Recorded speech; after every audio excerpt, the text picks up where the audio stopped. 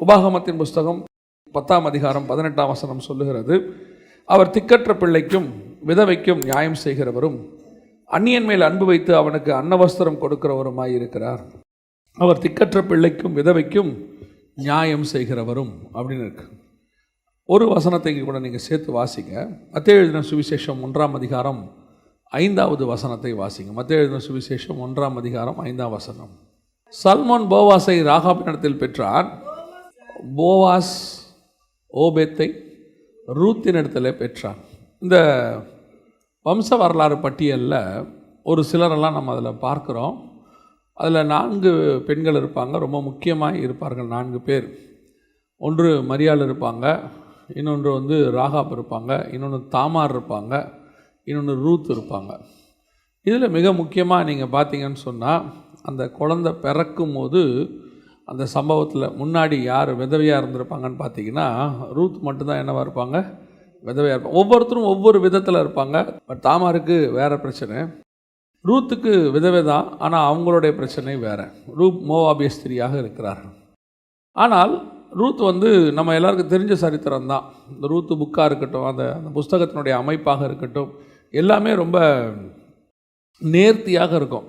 அதாவது வேதாகமத்தில் இந்த புஸ்தகத்தை நம்ம அமைப்பை பார்க்குறோம்ல, உன்னத பாட்டு ஏன் பிரசங்கிக்கு அப்புறம் வருது அப்படின்னு கேட்டால், பிரசங்கியை நம்ம புரிஞ்சுக்கிட்டால் தான் உன்னதமான அன்பை புரிஞ்சிக்க முடியும். அதே மாதிரி தான் ரூத்து புஸ்தகமும் கூட.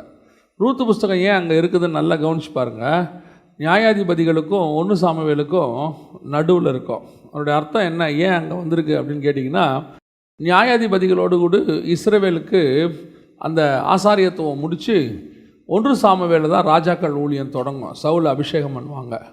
அந்த ஆசாரியத்துவத்துக்கும் ராஜ்யபாரத்துக்கும் நடுவில் புறஜாதி சபை உள்ளே வரணும். அதாவது இயேசு கிறிஸ்துவு ராஜாதி ராஜாவும் ஆசாரியருமாக இருக்கிறார். நமக்கு பிரதான ஆசாரியரும் இருக்கிறார், ராஜாவாகவும் இருக்கிறார். இப்போது அவர் ஆசாரியத்துவத்தை முடிச்சிட்டார். இன்னும் ராஜ்யபாரத்தை பண்ணலை, 1000 வருஷ அரசாட்சி இன்னும் வரல. இது 2த்துக்கும் நடுவில் ஆவிக்குரிய சபை, புறஜாதி சபை உள்ளே வரணும். அதுக்குரிய அடையாளமாகத்தான், முன்னடையாளமாக ரூத்தின் புஸ்தகம் அங்கே அமைஞ்சிருக்கும். ரூத்து வந்தால் தான் இஸ்ரவேலில் விடுபட்டதான அந்த வம்ச வரலாறு தொடரும். போவாஸுக்கோ அந்த நகோமிக்கோ அந்த வம்ச வரலாறு விட்டு போயிருக்குது, தொடர்ச்சி இல்லை. அதாவது யூதா கோத்திரத்துக்கு தொடர்ச்சி இல்லை. அந்த யூதா கோத்திரத்தினுடைய தொடர்ச்சியை ஏற்படுத்தணும்னா கண்டிப்பாக யார் வரணும், ரூத் வரணும், புறஜாதி சபை உள்ளே வரணும். அதே மாதிரி தான் கிபி 70 இஸ்ரவேலர்கள் வெளியே போயிட்டாங்க, எங்கே, இஸ்ரவேல் தேசத்தை விட்டு. இப்போ அவங்க திரும்பி வந்திருக்காங்க 1948. இந்த இடைப்பட்ட காலத்தில் இவங்களுக்கான லிங்க், தேவனுக்கும் இவங்களுக்கும் தொடர்பை ஏற்படுத்தக்கூடியது தான் புறஜாதி சபை. நாம் ரூத் அந்த சபையாக இருக்கிறோம். அதனால தான் அந்த புக்கு எங்கே இருக்கும்னு பார்த்தீங்கன்னா, நியாயாதிபதிகளுக்கும் அந்த 1 சாமுவேலுக்கு நடுவில் இருக்கும். ஆசாரியத்துவத்துக்கும் ராஜா ஊழியத்துக்கும் நடுவில் இருக்கும்னு அர்த்தம். இப்போ நம்ம அந்த ரூத் புஸ்தகத்தினுடைய அமைப்பில் தான் நாம் இருக்கிறோம். சபை நிஜமாக இருக்கிறோம், அது நிழலாட்டம். இந்த விதவைக்கு நியாயம் செய்கிறவர் அப்படிங்கிறது இன்னொரு வகையில் நம்ம பார்த்திங்கன்னா, நம்ம உலகத்துக்கு நம்ம மனவாட்டியாக இருந்தோம். பிசாசினுடைய கட்டுகளில் இருந்தோம், அங்கே இருந்தோம். ஒரு நாள் கர்த்தர் பிசாசின் தலையை நசுக்கிட்டார். நாம் அதுக்கு பாவத்துக்கு மறித்து இங்கே வந்துட்டோம். இப்போது ரூத் எப்படி கானான் தேசத்துக்குள்ளே வந்துட்டாங்களோ, இஸ்ரவேலுக்குள்ளே வந்துட்டாங்களோ, அதே மாதிரி நாமளும் இப்போ தேவனுக்குள்ளே வந்துட்டோம். ஆனால் வந்த நமக்கு தேவன் நியாயம் செய்கிறவராகவே இருக்கிறார். வம்ச வரலாறு பட்டியலில் இடம் கொடுத்துருக்கிறார் ரூத்துக்கு. அதே மாதிரி தான் உங்களுக்கும் எனக்கும் ஜீவ புஸ்தகத்தில் பேர் இடம் கொடுத்துருக்கிறார் ஆண்டவர். இதில் பெரிய அந்த ரூத்தினுடைய ட்ராவல் ஒன்று இருக்குது. எப்படி அவங்க மோவாபிய ஸ்திரீ எப்படி புறஜாதி தேசத்துலேருந்து உள்ளே அவங்க எப்படி கிறிஸ்துவினுடைய வம்ச வரலாறு பட்டியலுக்கு வந்தாங்க அப்படின்னு பார்த்தீங்கன்னா, அதுக்கு ஒரு ஜேர்னி ஒன்று இருக்குது. அதுக்கு அவங்க செய்த சில காரியங்கள்லாம் இருக்குது. அதைத்தான் நம்ம இப்போ இந்த வேலையில் பார்க்க போகிறோம். ஏன்னா கர்த்தர் நமக்கு வாக்கு பண்ணியிருக்கிறார், நம்மளை ஜீவ புஸ்தகத்தில் பேர் எழுதுவேன்னு சொல்கிறாரு. ஆண்டவர் அவரோடு கூட உட்கார வைத்து கொள்ளுவேன்னு சொல்கிறாரு. மனவாட்டின்னு சொல்கிறாரு. ரூத்துக்கு என்னெல்லாம் இருக்குதோ சுதந்திரவாளின்னு சொல்கிறாரு. எல்லாம் நமக்கு இருக்குது. அப்போ நாம் இது ஒரு பாடம். இந்த பழைய ஏற்பாடு வேணாம், அதெல்லாம் தேவையில்லை அப்படின்னு ஒரு குரூப் சொல்லிகிட்டு இருக்குது.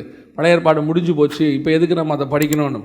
புதிய ஏற்பாடும் பழைய ஏற்பாடையும் ஏன் சேர்த்து ஆண்டவர் நம்ம கையில் கொடுத்துருக்கிறாருன்னா, யூதர்கள் கையில் பழைய ஏற்பாடு இருக்குது, புதிய ஏற்பாடு இல்லை. அவனுக்கு பழைய ஏற்பாட்டில் இருக்கிற கிறிஸ்துவை தெரியுது கிறிஸ்துன்னு, அது இயேசு தான் அவனுக்கு தெரியல. காரணம் அவங்ககிட்ட புதிய ஏற்பாடு இல்லாததுனால. இப்போ நம்மக்கிட்ட ரெண்டும் இருக்குது. அதனால தான் கிறிஸ்துவும் அவரே இயேசுவும் அவரே, ரெண்டும் சேர்த்து நம்மளால் இயேசு கிறிஸ்துன்னு நம்மளால் கண்டுபிடிக்க முடியுது. அவனுக்கு கிறிஸ்து மட்டும் தெரியுது, இயேசுவை தெரியல. காரணம் என்னென்னா அவன் ரெண்டுத்தையும் சேர்த்து படிக்கல. இன்றைக்கி நம்ம குரூப் ஒரு குரூப் இருக்குது, அது என்ன சொல்லிக்கிட்டு இருக்கு அப்படின்னா பழைய ஏற்பாடு வேணாம். அப்படி நீங்கள் பார்த்தீங்கன்னா இயேசுவை பற்றி உங்களுக்கு கிட்டத்தட்ட அந்த கிறிஸ்து பஸ்கா இதை பற்றி எதுவுமே தெரியாமல் போயிடும். ஸோ ரெண்டையும் சேர்த்து படிங்க. அதில் நிறைய மறைபொருள் இருக்குது. இன்னும் அதிலேருந்து எடுக்கிறதுக்கு நிறைய காரியங்களை கத்தர் வச்சுருக்கிறார். அதில் ஒன்று ரூத்தினுடைய ஜேர்னி, அவங்களுடைய பிரயாணம், எப்படி அவங்க உள்ளே வந்து மணவாட்டியாக மாறுகிறார்கள் அப்படிங்கிறது தான் ரொம்ப முக்கியம். ரூத் வந்து கானானுக்குள்ளே வந்துட்டாங்க, இஸ்ரவேலுக்குள்ளே வந்துட்டாங்க. ஆனால் முதலாவது அவங்களுக்கு ஆண்டவர் அவங்க செலக்ட் பண்ணக்கூடியதான இடம், அவங்க எங்கே இருக்கிறாங்க அப்படின்னு பார்த்தீங்கன்னா, வாசிங்க ரூத்தின் புஸ்தகம் 2ஆம் அதிகாரம் 3வது வசனத்தை வாசி. வயல்வெளியில் அறுக்கிறவர்கள் பிறகே பொறுக்கினால், கவனிங்க, ரூத்துக்கு இப்போ உள்ளே வந்தாச்சு, எங்கே இஸ்ரவேலுக்குள்ளே வந்தாச்சு. ஆனால் இஸ்ரவேலுக்குள்ளே வந்த அவங்களுக்கு அன்ன ஆகாரம் கொடுக்குற தேவன், அந்த வசனம் வாசித்தோம் இல்லையா, உபாகமம் 10:18, அந்நியர்களுக்கு அவர் என்ன கொடுக்குறாரு, அன்ன வஸ்திரம் கொடுக்குறவராக இருக்கிறார். இப்போ உள்ளே வரும்போது முதல் ஆகாரம் அவங்களுக்கு எங்கே கிடைக்குது அப்படின்னு பார்த்தீங்கன்னு சொன்னால், அந்த ரூத்தின் புஸ்தகம் 2ஆம் அதிகாரம் 3வது வசனம் சொல்லுது, அவள் போய் வயல்வெளியில் அறுக்கிறவர்கள் பிறகே பொறுக்கினாள். இதுதான் ஃபஸ்ட்டு நமக்கு கிடைக்கக்கூடியதான ஆகாரம். ஆண்டவருக்குள்ளே நீங்கள் வந்த பிறகு நல்லா கவனிச்சிங்கன்னா, நமக்கு தேவையான வசனங்களை கர்த்தர் யாருக்கு பின்னாடி நம்ம போனால் கிடைக்கும் அப்படின்னு பார்த்தீங்கன்னா, அறுக்கிறவர்களுக்கு பின்னால் போகணும். இந்த அறுக்கிறவர்கள் யார் அப்படின்னு கேட்டிங்கன்னு சொன்னால், வாசிங்க லூக்கா எழுதின சுவிசேஷம் 10ஆம் அதிகாரம் 2வது வசனம் வாசி. அப்பொழுது அவர் அவர்களை நோக்கி, அறுப்பு மிகுதி, வேலையாட்களோ கொஞ்சம். ஆகையால் அறுப்புக்கு எஜமான் தமது அறுப்புக்கு வேலையாட்களை அனுப்பும்படி அவரை வேண்டிக் கொள்ளுங்கள். இங்கே அறுப்புங்கிறது, அறுக்கிறவர்கள் அப்படிங்கிறது ஊழியக்காரர்கள். ஊழியக்காரங்களை தான் அறுக்கிறவர்கள் என்று வசனம் சொல்லுகிறது. இப்போது வயல்வெளிங்கிறது தேவனுடைய வீடு அல்லது தேவனுடைய வாசஸ்தலம் அல்லது ஊழிய பாதை, எதை வேணாலும் நம்ம பார்க்க முடியும். அப்படி அதில் போய்கிட்டு இருக்கும்போது ரூத் யாருக்கு பின்னாடி போகிறாங்க ஃபஸ்ட்டு அப்படின்னு கேட்டிங்கன்னா, அறுக்கிறவர்களுக்கு பின்னால் போகும்போது அவங்க சிந்த விட்டதை அவள் பொறுக்கி கொண்டே போகிறாள். இதுதான் ஆரம்ப ஸ்டேஜ். நமக்கு அன்னம் அப்படின்னு சொன்னால் நீங்கள் உலக சாப்பாடு அல்ல, ஆவிக்குரிய சாப்பாடு. இந்த ஆவிக்குரிய சாப்பாடை கர்த்தர் நமக்கு போஷிக்கும் போது முதலாவது நமக்கு ஆண்டவர் கொடுக்கறதான ஒரு இடம் எது, எங்கே நம்ம இருக்கிறோம் அப்படின்னா ஊழியர்களுக்கு பின்னால் போவது. இந்த ஊழியர்களுக்கு பின்னால் போகும்போது, அதனால நம்ம சபைக்கு வரோம், அடங்கியிருக்க சொல்கிறோம். அதாவது பொதுவாகவே இன்றைக்கி கடைசி காலத்தில் நாங்கள் சொல்கிறேன், எங்களுக்கு கிடைச்ச ஸ்லாக்கியம் இந்த ஜென்ரேஷனுக்கு ரொம்ப குறைவாக கிடைக்கிது. என்ன காரணம் அப்படின்னா, எங்களுக்கு இந்த அறுக்கிறவர்கள் இருந்தாங்க. இந்த வயல்வெளியில் வேலை செய்கிற ஊழியர்களை போல கர்த்தருடைய வசனத்தை போதிக்கிற நல்ல ஊழியர்கள் இருந்தாங்க. அவங்க சிந்துற காரியங்கள் இருக்குல்ல, அவங்க பேசும்போது அவங்க வாயிலிருந்து சிந்துற காரியங்கள், வார்த்தைகள், அவங்க கொடுக்கக்கூடிய ஆவிக்குரிய சத்தியங்கள், இதுவே எங்களுக்கு போதுமானதாக இருந்துச்சு ஒரு காலகட்டத்தில். இன்றைக்கி அப்படிப்பட்டதான ஊழியர்களும் குறைவு, சபையும் குறைவு, கேட்கிறதுக்கு ஜனங்களுக்கும் இஷ்டம் இல்லை. இன்றைக்கி ஜனங்க எப்படிப்பட்டுட்டாங்க, ஆன்லைன் போயாச்சு. இந்த ஆன்லைன் வந்த பிறகு அத்தனையும் கொலாப்ஸ் ஆயிடுச்சு. நான் சொல்கிறது வெறும் ஸ்பிரிச்சுவாலிட்டி மட்டும் இல்லை, எஜுகேஷன் சிஸ்டம் கொலாப்ஸ் ஆயிடுச்சு. அப்புறம் உலகத்தில் இருக்கக்கூடியதான எக்கனாமிக் சிஸ்டம் கேட்டால் சொல்லுவாங்க, டெவலப்பு ரொம்ப நல்லா ஆகிட்டோம், ரொம்ப ஃபாஸ்ட்டாக ஆகிட்டோம் பாருங்கள், முந்தைய விட இப்போ இல்லை, அன்னைக்கு இருந்த குவாலிட்டி இன்றைக்கி கிடையாது. இப்போ எப்படி ஆயிடுச்சுன்னா, நம்ம ஆன்லைன் குவாலிட்டி போயிடுச்சு, அதோட குவாலிட்டி போயிடுச்சு. அதில் ஒன்று தான் சொல்கிறேன், ஆன்லைன் ஆராதனை, ஆன்லைன் சபை, இது எல்லாமே ஒரு காலத்தின் கட்டாயமாக வந்திருக்குது. ஆனால் இதுக்கு முன்னாடி இருந்து இந்த ஊழியக்காரங்க கிட்டேருந்து உட்காந்து கேட்குற வசனம் இருக்குல்ல, அவங்கக்கிட்ட உட்காந்து கேட்குற வசனம் இருக்குல்ல, அதுக்கு ஈக்குவலாக ஒன்றுமே கிடையாது. Live is live. விர்ச்சுவாலிட்டிக்கும் ரியாலிட்டிக்கும் என்ன இருக்குது, டிஃப்ரென்ஸ் இருக்குது. விர்ச்சுவாலிட்டி ரியாலிட்டி ஆகவே ஆகாது, ஒரு நாளும் ஆகாது. அப்படின்னா ஆண்டவர் தன்னுடைய இமேஜாக மனுஷனை வச்சதுக்கு ஆண்டவர் வராமையே இருந்திருக்கலாம், தன்னுடைய இமேஜை அனுப்பியிருக்கலாமே. இன்றைக்கி எல்லாரும் அப்படி ஆயிட்டாங்க. அதில் ஒன்று தான் நீங்கள் இந்த ஆன்லைனில் கேட்குற செய்தி. ஆன்லைனில் கேட்குற செய்தி என்பது என்ன தான் நீங்கள் கேட்டாலும் நேரில் கேட்குற அந்த எஃபெக்ட் இருக்குது பாருங்கள், அது தனி தான். அதுக்கு ஈக்குவலாக வேறு ஒன்றுமே கிடையாது. அப்போது அந்த ஊழியர்கள் அன்னைக்கு காத்திருந்து வசனத்தை எடுத்து எங்களுக்கு கொடுத்து அந்த சிதறின அவங்ககிட்ட இருக்கிற எல்லாம் கொடுக்க மாட்டாங்க. ஞாயிற்றுக்கிழமை ஒரு நாள் 1 மணி நேரம் 1.5 மணி நேரம் பேசுவாங்க. அப்புறம் புதன்கிழமை ஒரு நாள் பைபிள் ஸ்டடி பேசுவாங்க. அந்த 2 செய்தி தான் வாரத்துக்கு. நீங்கள் சும்மா இருக்க நேரத்தில் ஆன்லைனில் கேட்குறீங்க, அது வேற. ஆனால் கூடி வந்து ஆராதித்து அந்த தேவ சமூகத்தில் உட்காந்து ஊழியக்காரங்கிட்ட வாங்குகிற வார்த்தை இருக்குல்ல, அதுதான் அறுக்கிறவர்களுக்கு பின்னால் போகிறது. 2வது, இந்த ஊழியக்காரங்களோடு கூட இருந்து அனுபவத்தில் படிச்சுட்டு வரக்கூடியதான இன்னொரு ஊழியர் இருக்கான் பாருங்க, அவன் எஃபெக்டே தனி தான். நீங்கள் உட்காந்து ஒரு ஊழியக்காரங்கிட்ட ஒரு 5 வருஷம் 10 வருஷம் படிக்கிறது இருக்குல்ல, அதுக்கு ஈக்குவலான விஷயங்கள் வேறு ஒன்றுமே கிடையாது. அந்த ஊழியக்காரர் கோவப்படுவார், உங்களுடைய அந்த கோவத்தில் உங்கள் கோவத்தை உடைப்பார். அவர் கோவப்படுவார்ல, எங்கள் பாஸ்டர்லாம் ரொம்ப கோவப்படுவார். அவர் கோவப்படும் போது நீங்கள் சும்மா நிற்கணும். ஏன்னா நீங்கள் கோவப்படும் போது எங்கேயுமே சும்மா நிற்க மாட்டீங்க இல்லையா? திருப்பி கோவப்பட்டு நம்ம கோவத்தை நம்ம காட்டத்தானே விரும்புவோம். ஆனால் நீங்கள் ஊழியக்காரருக்கு முன்னாடி என்ன பண்ணுவீங்க? தப்பு பண்ணிருக்க மாட்டீங்க. ஆனால் அங்கே அவர் திட்டுவார். அது கர்த்தரை அனுமதிக்கிறது. ஏன் தெரியுமா? தப்பு செய்யாமல் நீ திட்டு வாங்கும் போது தான் உன்னுடைய பெருமை உடையும். எப்படி உடையும்? நான் தான் தப்பே பண்ணலையா? தப்பு பண்ணாமல் அடி வாங்க. இயேசு கிறிஸ்து அதை தான் வாங்கினார். அவர் பாவம் இல்லாதவராக அடி வாங்கினார். அந்த இது உங்களுக்கு வரும், அந்த எக்ஸ்பீரியன்ஸ் எல்லாம் கிடைக்கும். அதுக்கப்புறம் தான் நீங்கள் உருவாக முடியும். சீஷத்துவம் தான் நம்மளை உருவாக்கும். அந்த ஊழியக்காரனுக்கு பின்னாடியே பொறுக்கிக்கிட்டு போகணும், அந்த அறுக்கிறவர்களுக்கு பின்னாடி போகணும், அவங்க சிந்துகிறத வாங்கணும், அவங்க என்ன சொல்கிறாங்கன்னு கேட்கணும். நீங்கள் ஒரு ஊழியக்காரங்கிட்ட 5 வருஷமோ 10 வருஷமோ இருந்துருங்க, நீங்கள் எப்படி வளர்ந்தீங்கன்னு உங்களுக்கே தெரியாது. ஆனால் ஆவிக்குரிய வாழ்க்கையில் வளர்ந்துருப்பீங்க. அது வளர்ச்சி செஞ்சுருக்கோம். அதுதான் ரூத்துக்கு ஆண்டவர் சபைக்கு கொடுத்துருக்குற ஃபஸ்ட்டு ஸ்டேட்டஸ். எடுத்த உடனே ஆண்டவர் கொண்டு போயிட்டு உடனே மேடையில், நமக்கு எல்லாருக்குமே அப்படி தானே ஆசை, பாஸ்டர் கூப்பிட்டு மேடையில் பாட சொல்லணும், பாஸ்டர் கூப்பிட்டு நம்மளை சாட்சி சொல்லணும். இப்போ ஆண்டவர் சொல்வார், முதல்ல உங்கள் ஏரியாவில் போய் சாட்சி சொல்லு. அங்கே இருக்கிற ஏரியாவில், அங்கே இருக்கிற ஜனங்க மத்தியில், அங்கே ஒரு 10 பேர்கிட்ட சொல்லணும். அப்புறம் கூட்டிகிட்டு போய் ஒரு 25 பேர்கிட்ட நிறுத்துவார். அந்த மேடை ஏறி நிறுத்துறதுக்கு ஒரு 10 வருஷம் ஆகும். ஆண்டவர் நமக்கு ஆரம்பத்தில் இந்த மாதிரி ஒரு வாய்ப்புகளை கொடுக்கும்போது அதை நாம் பயன்படுத்தி கொள்ள வேண்டும். அதுக்கு பின்னாடி போகணும். நம்ம கேட்கக்கூடாது, நான் ஏன் இவங்களுக்கு பின்னாடி பொறுக்கணும்? மோவாப் தேசத்தில் நான் யார் தெரியுமா? எப்பேற்பட்ட அழகி தெரியுமா? எங்கள் ஊரில் எத்தனை பேர் என்னை பொண்ணு கேட்டு வந்தாங்க தெரியுமா? அப்படின்லாம் ரூத்து பேசியிருந்தாங்கன்னு வச்சுக்கோங்களேன். அடுத்த வார்த்தை சொல்லியிருப்பாங்க, நீ பின்னாடி மோவாப்புக்கே போயிடு, இங்கே இருக்க லைக் பண்ண மாட்டேன். இங்கே இருந்தால், இஸ்ரவேலுக்குள்ளே வந்தால் எடுத்த உடனே உன்னை ராஜாவாக்க மாட்டோம். நீ முதல்ல ஆடு மேய்க்கிறவனா மாறணும். ஆடு மேய்க்கிறவனா மாறி ஒரு நாள் நாங்கள் உங்களை ராஜாவாக்குவோம் என்று ஆண்டவர் சொல்லுவார். யார் எடுத்த உடனே ராஜாவாயிட்டாங்க யோசிச்சு பாருங்க. எடுத்த உடனே ராஜாவானவன் விழுந்துட்டான் ஒருத்தன். அது சவுலாக இருக்கட்டும், சாலமோனாக இருக்கட்டும். அந்த எக்ஸ்பீரியன்ஸ் வெரி இம்பார்ட்டன்ட். அதான் நான் சொல்லுவேன், நமக்கும் நம்ம பிள்ளைகளுக்கும் என்ன தெரியுமா வித்தியாசம்? நமக்கு இந்த மணி வேல்யூன்னு ஒன்று இருக்குல்ல, அந்த மணி வேல்யூ நமக்கு தெரியும். என்ன காரணம்னா, நாம் அந்த மணியை சம்பாதிக்கிறதுக்கு, பணத்தை சம்பாதிக்கிறதுக்கு நமக்கு ஒரு எக்ஸ்பீரியன்ஸ் இருந்துச்சு. 30 நாள் ஒரு இடத்துல வேலை பார்த்து சைன் பண்ணால், நான் ஃபஸ்ட்டு வாங்கின சம்பளத்தை சொல்கிறேன், 1200 ரூபா தருவாங்க. நான் ஒர்க் பண்ண காலத்தில் 30 நாள் வேலை பார்க்கணும். ஒரு நாள் லீவ் போட்டால் கூட சம்பளத்தை பிடிச்சிருவாங்க. அந்த 1200 ரூபாயை வாங்கும் போது ஒரு பெரிய சந்தோஷம் இருக்கும். இப்போ நம்ம பிள்ளைங்க இருக்குல்ல, ஒரு 500 கொடுங்க. ஸோ இந்த மணி வேல்யூ இருக்குது பாருங்கள், நமக்கு தெரியும், யாருக்கு தெரியாது? நம்ம பிள்ளைகளுக்கு தெரியாது. அவங்களுக்கு எப்போ தெரியும் தெரியுமா? அவங்க சம்பாதிப்பாங்க. அப்போ ஒரு வழி ஒன்று வரும் பாருங்க. அப்போ சொல்லுவாங்க, என்ன நீங்கள் 300 ரூபா கேட்குறீங்க? நாங்கள் கேட்டோம்ல அப்போ. ஸோ அந்த எக்ஸ்பீரியன்ஸ் தான், அந்த அப்படியே அவங்க பின்னாடியே போகிறது, அதுதான் நம்மை உருவாக்கும். ஒரு காலகட்டம் வரைக்கும் கர்த்தர் அதை அனுமதிக்கிறார். நீங்கள் அந்த பின்னாடி போகிறவர்களாக இருக்கணும். அவங்க சிந்தறதை வாங்கணும். அதுலேருந்து அவங்க என்ன கிடைக்குதுன்னு நம்ம வாங்கிட்டே இருக்கணும். எத்தனை நாள் ஆண்டவரை போகணும்? உங்களை நீங்கள் எத்தனை நாளைக்கு கர்த்தர் அனுமதிக்கிறாரோ அத்தனை நாளைக்கு போகணும். ஒவ்வொருத்தருக்கும் ஒரு காலகட்டம்னு வச்சுக்கோங்களேன். இப்போது பவுலுக்கு ஒரு 3 வருஷமாக இருந்துச்சு. அரபு தேசத்தில் போய் அவர் தங்கி இருந்து படித்தாருன்னு இருக்குது. ஆனால் மோசேக்கு அதுவே 40 வருஷம் ஆயிடுச்சு. இயேசுவுக்கு 30 வருஷம் ஆயிடுச்சு. ஒவ்வொருத்தருக்கும் ஒவ்வொரு காலகட்டம், ஒரு டைம் பீரியட் கர்த்தர் அப்படி பின்னாடி போக வச்சுருப்பார்.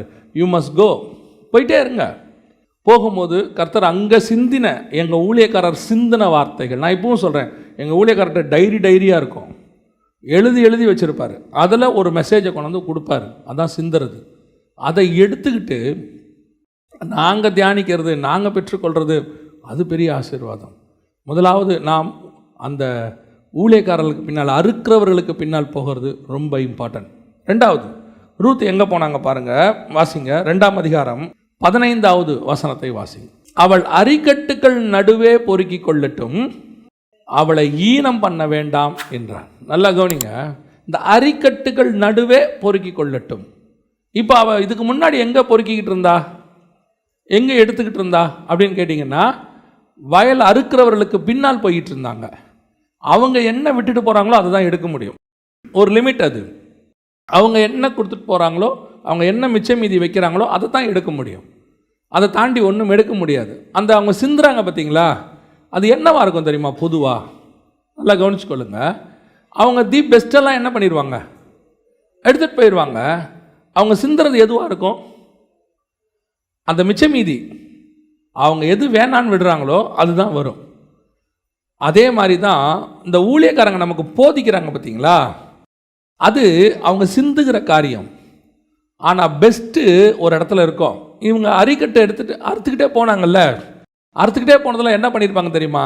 எல்லாரும் கட்டுக்கட்டாக அறுக்கட்டுகளை மாக்கி கொண்டு போய் என்ன பண்ணிடுவாங்க, ஒரு இடத்துல அடிக்கிடுவாங்க. இப்போ என்ன சொல்கிறாரு போவாஸு, நீங்கள் என்ன செய்யுங்க, அவளை உங்களுக்கு பின்னாடி பொறுக்க சொல்ல வேண்டாம், இப்போ எங்கே பொறுக்க சொல்லுங்கள், அரிக்கட்டுகளுக்கு நடுவே பொறுக்க சொல்லுங்கள். ஏன்?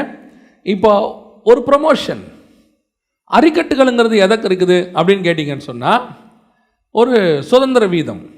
சுதந்திர வீதம்னா இப்போ உதாரணமாக யோசேப்பு சொல்கிறார் இல்லையா, ஆதியாகமத்தின் புஸ்தகத்தில் 37ஆம் அதிகாரம் 7ஆம் வசனம் வாசிங்க. 37:7. நாம் வயலில் அறுத்த அரிகளை கட்டி கொண்டிருந்தோம், அப்பொழுது என்னுடைய அரிக்கட்டு நிமிர்ந்திருந்தது, உங்கள் அரிக்கட்டுகள் என் அரிக்கட்டை சுற்றி வணங்கி நின்றது என்றான். இந்த அரிக்கட்டுகள் என்பது என்னன்னா சுதந்திர வீதம், அதாவது சேஷ்டபுத்திரம் பாகம், இந்த இஸ்ரவேல் கோத்திரத்துக்கான அந்த சகோதரத்துவம் அப்படின்னு அர்த்தம். இப்போ வெளியே இருந்த ரூத்தை எங்கே வந்து எடுத்துக்க சொல்கிறாரு? அரிக்கட்டுகளுக்கு நடுவே வந்து எடுத்துக்கொள்ள சொல்கிறார். அரிக்கட்டுகள் அப்படிங்கிறது சுதந்திர வீதம். நாம் எல்லாரும் சகோதரர்கள். மற்ற சகோதரர்களை பார்த்து சொல்கிறான், ஏன் அரிக்கட்டு பெருசாக இருந்துச்சு? அப்போ அரிக்கட்டுகள் என்பது கோத்திரத்துக்குள்ளே இருக்குது, தேவனுடைய சுயாதீனத்துக்குள்ளே இருக்குது, அவருடைய சுதந்திர வீதம் அதில் இருக்குது. மற்றதெல்லாம் வெளியே புறம்பே பின்னாடி பொறுக்கிக்கிட்டே வந்தாங்க. இப்போ ரெண்டாவது ரூத்துவை பார்த்து ஆண்டவர் சொல்கிற வார்த்தை என்ன? நீ என்ன பண்ணு, புறம்பே இருந்தது போதும், இப்போ எங்கே வந்துரு, அரிக்கட்டுக்கு உள்ளே வந்துரு. அது சிந்திர காரியம், இது சிந்திர காரியம் இல்லை. அரிக்கட்டு ஏற்கனவே கட்டி வச்சிருக்கு. தி பெஸ்ட் சுதந்திர விதத்துக்குள்ளே ரூத்தை கொண்டாந்துட்டார். வாசிங்க, எபேசியர் 2:12 வாசிங்க.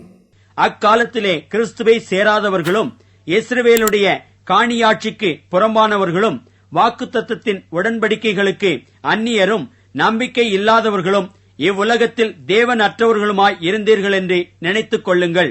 காணியாட்சிக்கு புறம்பே, பின்னாடி வெளியே இருந்தோம், அறுக்கிறவர்களுக்கு பின்னாடி போயிட்டு இருந்தோம், நாம் அதை கிடைக்கிறத எடுத்துக்கிட்டு இருந்தோம். ஒரு காலகட்டம் இருந்துச்சு.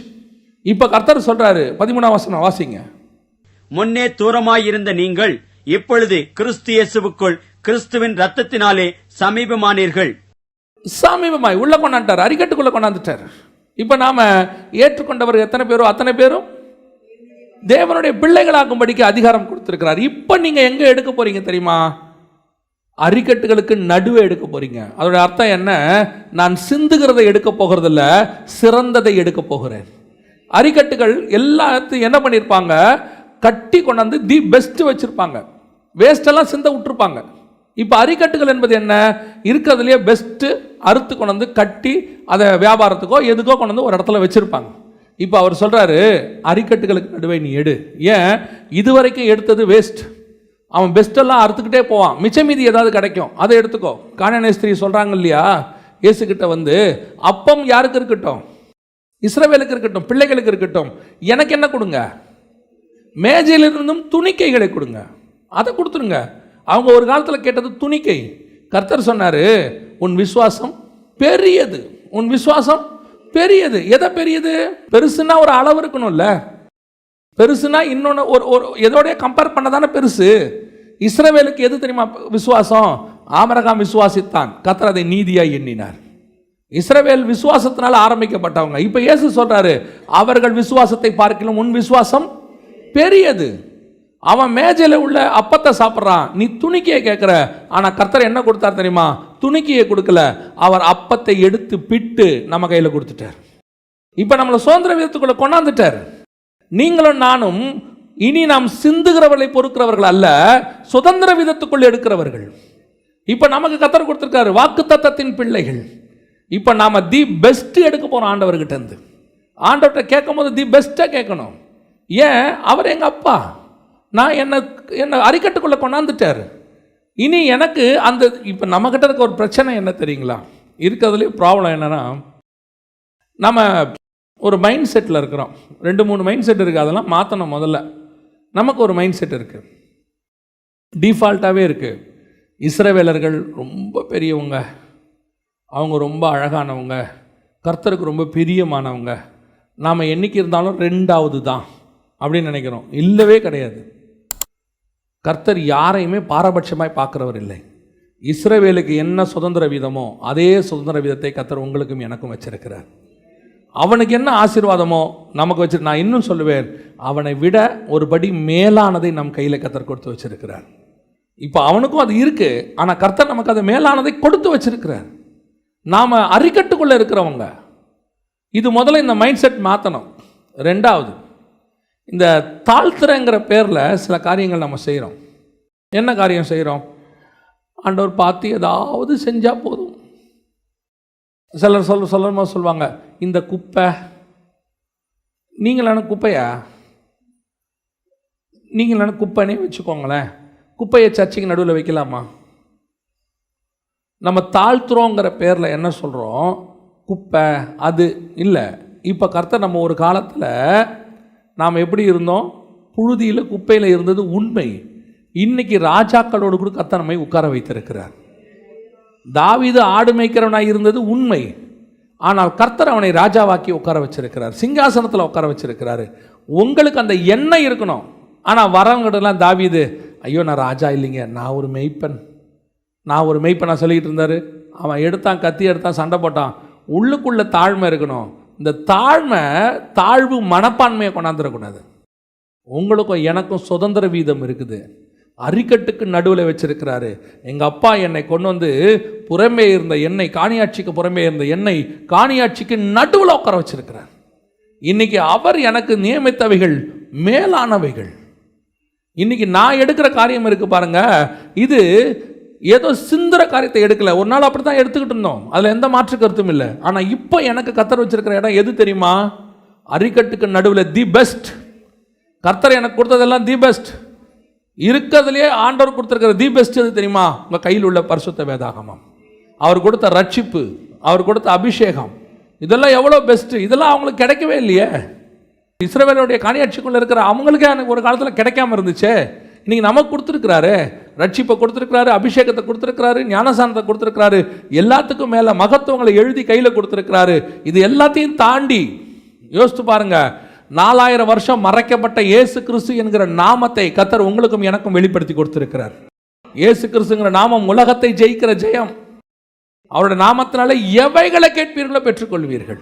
அப்படின்னா உங்களை என்னையும் கர்த்தர் அரிக்கட்டுக்குள்ள உட்கார வச்சிருக்கிறார். இப்போ நாம எடுக்க போறது எதுவா இருக்கணும் தெரியுமா? பெஸ்டா இருக்கணும்.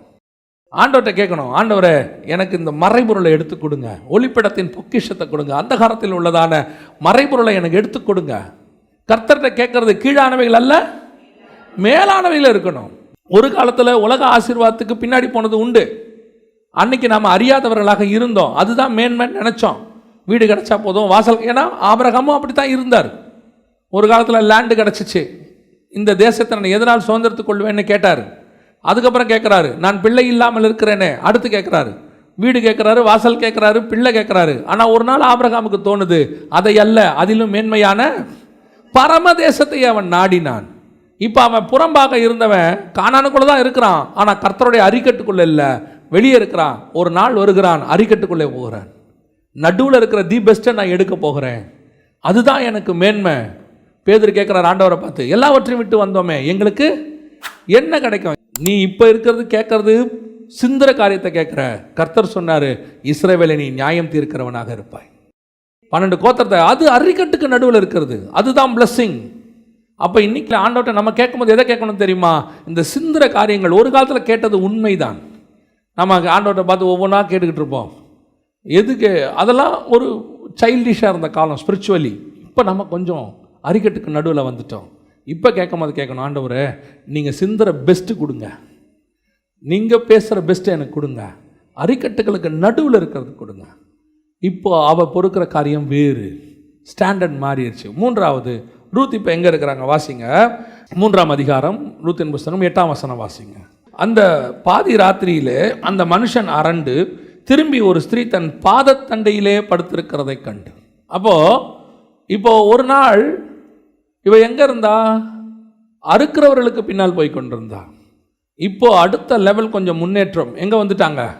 அரிக்கட்டுகளுக்கு நடுவே வந்துட்டாங்க. இப்போ அறுக்கிறவங்க இல்லை, அறுத்து வச்சுட்டு அவங்கெல்லாம் போயிட்டாங்க. ஆனால் ரூத்து மட்டும் இருக்கிற அந்த இடத்துல, அறுக்கிறவர்களுக்கு அந்த அரிக்கட்டுக்கு நடுவில். இப்போ ரூத்து இன்னும் ஒரு படி மேலே வந்துட்டாங்க. எங்கே வந்துட்டாங்க? போவாசின் பாதத்தருகே வந்துட்டாங்க. இதுதான் எடுபடாத நல்ல பங்கு. லூக்கா எழுதின சுவிசேஷம் 10ஆம் அதிகாரம் 42 வாசிங்க. தேவையானது ஒன்றே, மரியாள் தன்னை விட்டு எடுபடாத நல்ல பங்கை தெரிந்து கொண்டாள். இதுதான் 3வது லெவல். பாதத்துக்கிட்ட போயிடுறது, எடுபடாத நல்ல பங்கை தேடுறது.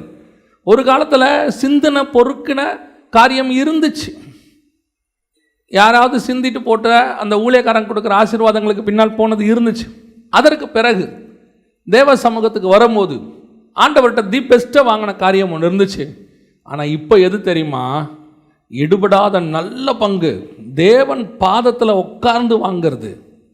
இது யாருக்கும் கிடைக்காது தெரியுமா உங்களுக்கு?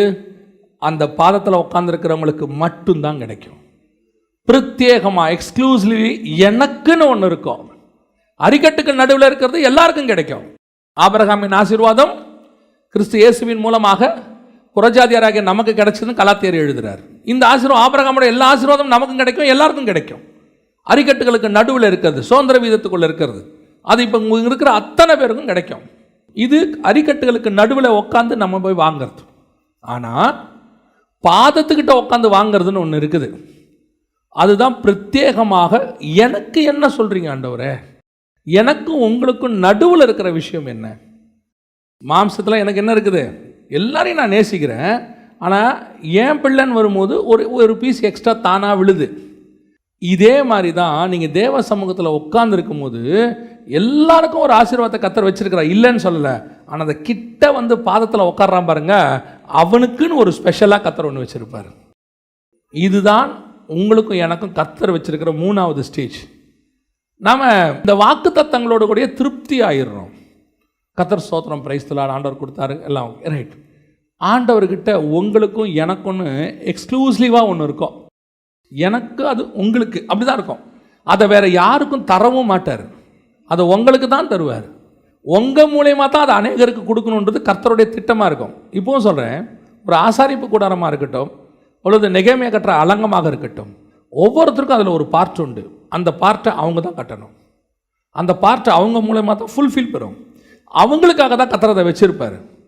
ஆனால் நீங்கள் அதை வாங்கணும், அதான் ரொம்ப முக்கியம். அதுக்கு ரூத் எங்கே போயிட்டாங்க தெரியுமா? தைரியமாக பாதத்துக்கிட்ட போயிட்டாங்க. யோசிச்சு பாருங்கள், நம்ம ஒருத்தர் வீட்டுக்கு வந்துட்டாருன்னா அவருக்காக பரபரப்பாக தானே வேலை செய்வோம். எல்லாத்தையும் விட்டுட்டு அப்படியே அவர் பாதத்தில் உட்காந்து வாயை பார்த்துக்கிட்டு இருப்போமா? வாயை பார்த்துட்டு இருக்கிறவனுக்கு நம்ம என்ன சொல்லுவோம்? பாரு, ஒரு வேலையும் செய்யாமல் சும்மா உட்காந்துருக்கு, சோம்பேறியும்போம். ஆனால் ஆண்டவர் சொல்கிறாரு, அவன் தான் எடுபடாத நல்ல பங்கு. நீ சமைச்சு கொடுக்காவிட்டாலும் நான் சாப்பிட்றதுக்கு எதுக்கு 1000 வழி இருக்குது. ஆனால் இப்போ என்னை விட்டுட்டினா நான் பேசுகிற காரியத்தை இனி திருப்பி நீ கேட்க முடியாது. சமைக்காமல் விட்டால் கூட பரவாயில்ல, கடையில் கூட போய் வாங்கி இயேசுக்கு என்ன பண்ணிடலாம், கொடுத்துடலாம். ஆனால் இயேசு பேசுகிறத அன்னைக்கு விட்டாச்சுன்னு வச்சுக்கோங்க, திருப்பி என்ன செய்யாது, கிடைக்காது. அதுதான் மரியாளுக்கு தெரிஞ்சிச்சு. நீங்கள்லாம் பல காரியத்தை வாங்குங்க, செய்யுங்க, என்ன வேணால் பண்ணுங்க, இந்த சான்ஸ் எனக்கு உரியது. இன்றைக்கி நான் இயேசுவை நான் விட்டுட்டேன்னா திருப்பி இப்போ பேசுகிற விஷயம் எனக்கு என்ன செய்யாது, கிடைக்காது. இயேசு என் வீட்டுக்கு வந்திருக்காரு, எங்கிட்ட பேச போகிறாரு, நான் கேட்கணும், அது எனக்குரியது. அந்த வைராக்கியம் தான் எடுபடாத நல்ல பங்கை மரியாள் கையில் கொண்டு வந்து கொடுத்துச்சு. உங்களுக்கும் எனக்கும் அப்படி ஒரு தாட் வரணும். ஒவ்வொரு நாள் காலையிலையும் தேவ சமூகத்தில் உட்காரும் போது எங்கிட்ட என்ன பேசுகிறீங்க ஆண்டவரே, எனக்கு என்ன கொடுக்குறீங்க? ஒவ்வொரு முறை பைபிள் படிக்கும் போதும், ஒவ்வொரு ட்ரிப் பைபிள் ஆரம்பிக்கும் போதும் நீங்கள் எப்படி ஜெபம் பண்ணி ஆரம்பிக்கணும் தெரியுமா? ஆண்டவரே, இன்னைக்கு எனக்கு என்ன கொடுக்குறீங்க, இதுலேருந்து இப்போ எனக்கு என்ன கொடுக்க போகிறீங்க? ஒவ்வொரு முறை வாசிக்கும் போதும் ஏதாவது ஒன்று கிடைக்கணும். அது வந்து ஒரு இன்ட்ரெஸ்ட், அது வந்து நம்ம ஆத்மாவோட கலக்கிற விஷயம். அது ஆண்டவர்கிட்ட கேட்கணும். அது யாருக்கு கிடைக்கும் தெரியுமா? அந்த பாதத்துக்கிட்ட வரவங்களுக்கு தான் கிடைக்கும்.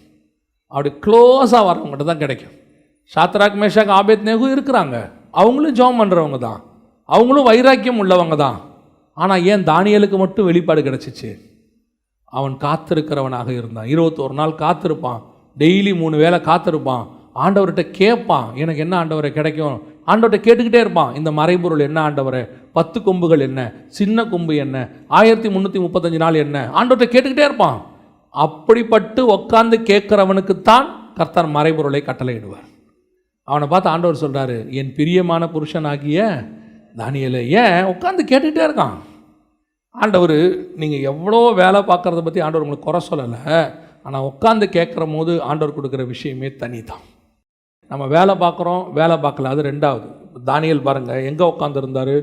2ஆம் அதிகாரம் கடைசி வசனம் சொல்லுது தானியேல் புஸ்தகத்தில், தானியேலோவென்றால் ராஜாவின் கொலு மண்டபம். கொலு மண்டபம்னா இங்கிலீஷில் கிங்ஸ் கேட்டுன்னு இருக்குது. கொலு மண்டபம்னா கிங்ஸ் கேட்னா ராஜாவுக்கு வீட்டுக்கு இவனை தாண்டி தான் இல்லை ராஜாவை பார்க்க போனோம்.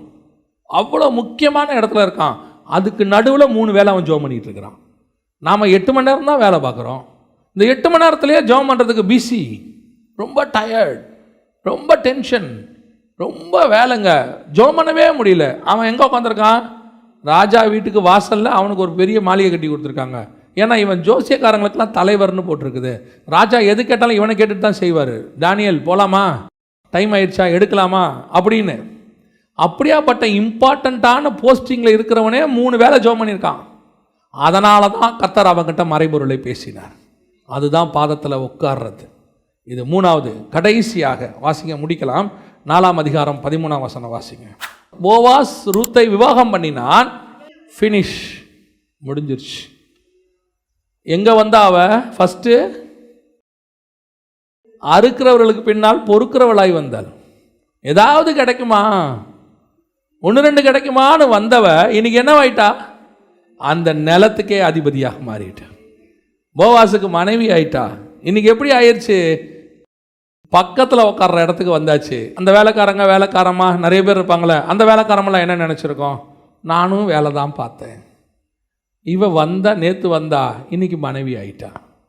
அவள் மனைவி ஆகிறதுக்கு காரணம் அவளுடைய டெடிகேஷன். நான் வெறும் பொறுக்கிறவளாக இருப்பதுக்கு வரவில்லை. கர்த்தர் என்னை உயர்த்துவார். ஒரு நாள் நான் அரிக்கட்டுகளுக்கு நடுவே பொறுக்குவேன். நான் அரிக்கட்டுக்கு நடுவே திருப்தியாகவில்லை, இது போதும் நினைக்கல.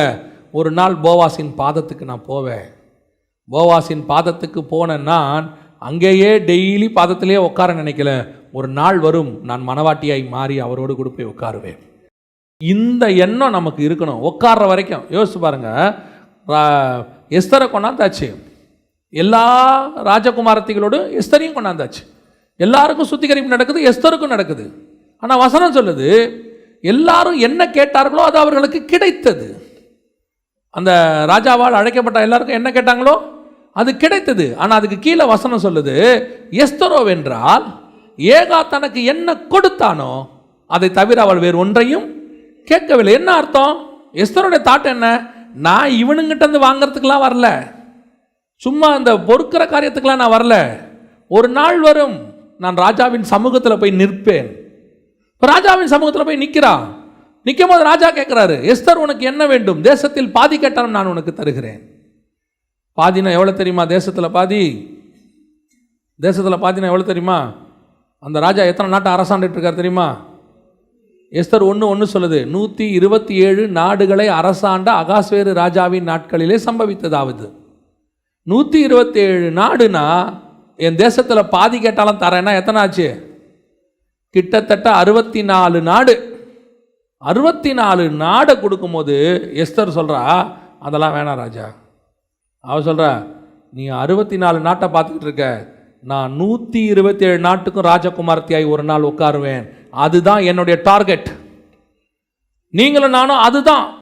இங்கே கிடைக்கிற இந்த பூமியில் கிடைக்கிற சின்ன வயல்வெளிகளுக்கு பின்னால் பொறுக்கிக்கிட்டு போகிற காரியம்லாம் இல்லை. இதோ இங்கே உட்காந்து தியானிச்சு கிடைக்கிற இந்த அரிக்கட்டுகளுக்கு நடுவே கிடைக்கிறது இல்லை. தேவ சமூகத்தில் உட்கார்ந்து தனக்குன்னு கிடைக்கிற பிரத்யேகமான காரியம் இல்லை.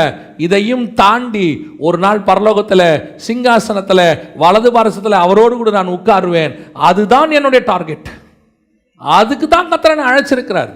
நீ அரிக்கட்டுக்கு நடுவுலையும் வயலுக்கு அறுக்கிறவர்களுக்கு பின்னாடியும் போவாஸோடைய பாதத்திலையும் நீ திருப்தியாகி முடிச்சிட்டினா, இதை விட மேலான ஒரு இடம் இருக்கு.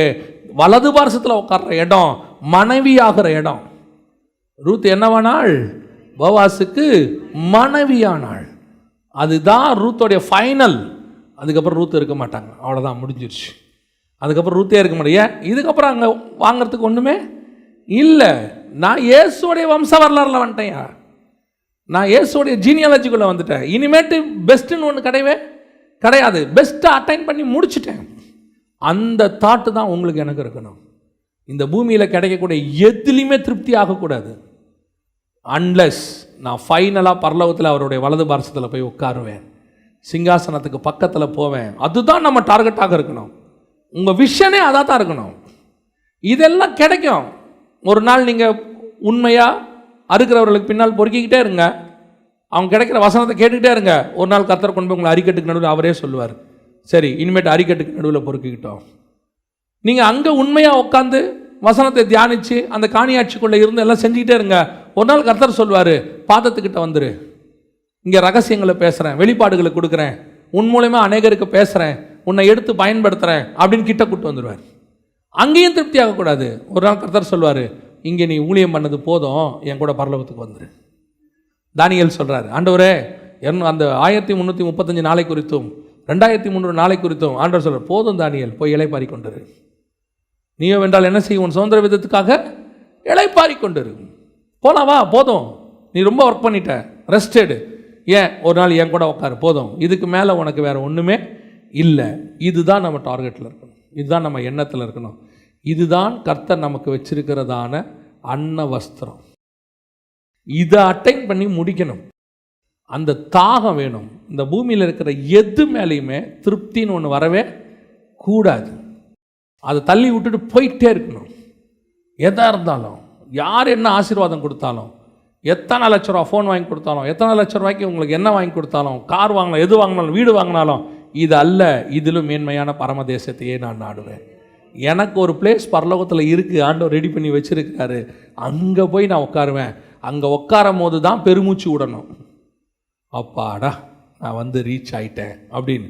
அது வரைக்கும் திருப்திங்கிறது வரவே கூடாது. ஆத்மா அந்த வாஞ்சையிலேயே இருக்கணும், அந்த எதிர்பார்ப்புலேயே இருக்கணும், எப்போ நான் போவேன், எப்போ போவேன்னு சொல்லி. அதுதான் கர்த்தர் உங்களுக்கு எனக்கும் வச்சிருக்கிற ஆசீர்வாதம். அல்லேலூயா.